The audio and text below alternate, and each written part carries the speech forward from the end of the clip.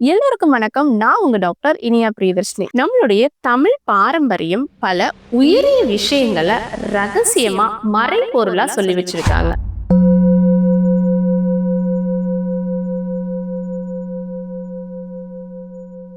அப்படிப்பட்ட ஒரு ரகசியமான வைத்தியசாலை தான் நம்ம வீட்டு அஞ்சரை பெட்டி.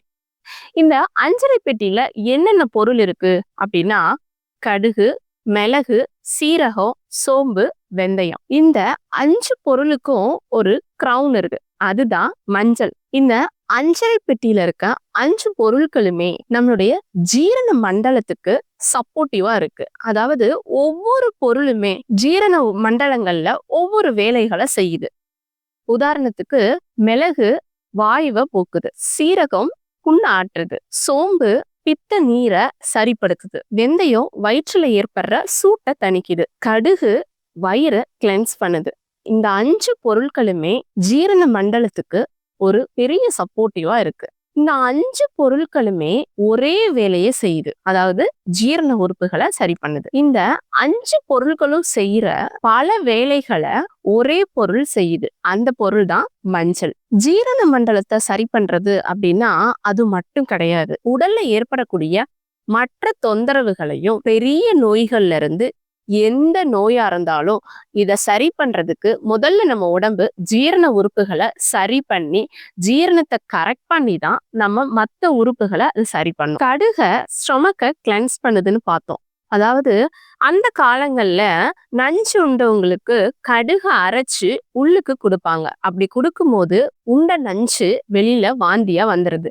இப்படி வயிற்றுல இருக்கிற நச்சுக்களையும் கழிவுகளையும் கிளென்ஸ் பண்ணக்கூடியது கடுகு. அது மட்டும் இல்ல, இத வெளிப்பிரயோகமாவும் பயன்படுத்தலாம். எப்படி அப்படின்னா, ரொம்ப நாளாவே நெஞ்சு சளி இருக்கு அப்படின்னு இருக்கிறவங்க கடுக பச்சரிசியோட அரைச்சு பத்து போடும்போது, அதாவது நெஞ்சிலையோ முதுகு பகுதியிலையோ பத்து போடும்போது இந்த நெஞ்சு சளி சரியாயிருது. விடாவிக்கல் வயசானவங்களுக்கு இது அடிக்கடி வரும். இந்த விடாவிக்கலுக்கு இந்த கடுக வெறும் வெந்நீர்ல அரைச்சு ஒரு காட்டன் கிளாத்ல தடவி அந்த துணிய அப்படியே நம்ம மார்பு குழியில பத்து போட்டுடலாம்.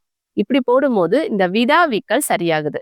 சீரகம் புண்ணு ஆட்டுறதுன்னு பார்த்தோம். இது சாதாரண புண்ணு மட்டும் இல்ல, நம்ம வாயில இருந்து ஆனஸ் வரைக்கும் இருக்கக்கூடிய புண்கள். அதாவது நமக்கு ஒரு அல்சர் இருக்கு, பெப்டிக் அல்சர் இருக்கு, கேஸ்ட்ரிக் அல்சர் இருக்கு.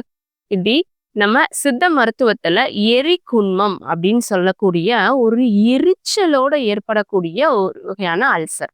இந்த அல்சர் அதாவது நாக்குல இருந்து நமக்கு நாக்குல புண்ணு ஏற்படலாம், வாயில புண்ணு வரலாம், தொண்டையில நமக்கு புண்ணு ஏற்படலாம்.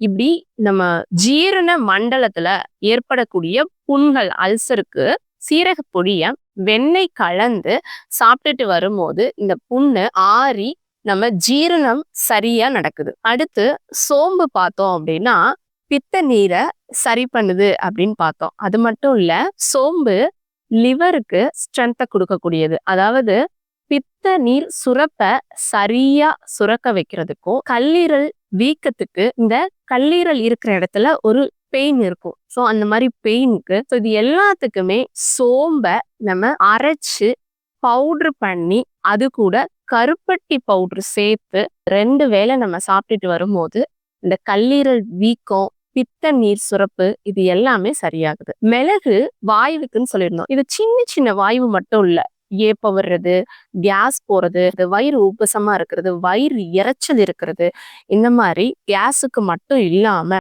பக்கவாதம் போன்ற பெரிய பெரிய வாத நோய்களுக்கும் இந்த மிளகு வந்துட்டு ஒரு நல்ல தீர்வா இருக்கு. த்ரோட் இன்ஃபெக்ஷனுக்கு இந்த மிளக ஒரு ஸ்பூன் எடுத்து அதை 100 ml வெந்நீர்ல கலந்து குடிச்சிட்டு வரும்போது இந்த த்ரோட் இன்ஃபெக்ஷன் சரியாயிருது. அடுத்து வெந்தயம்.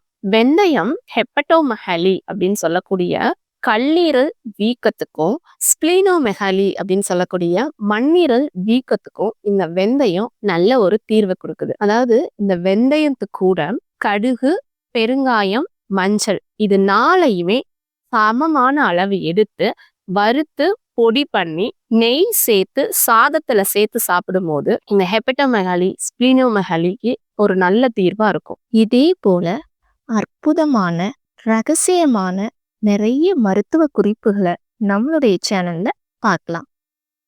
தேங்க்யூ.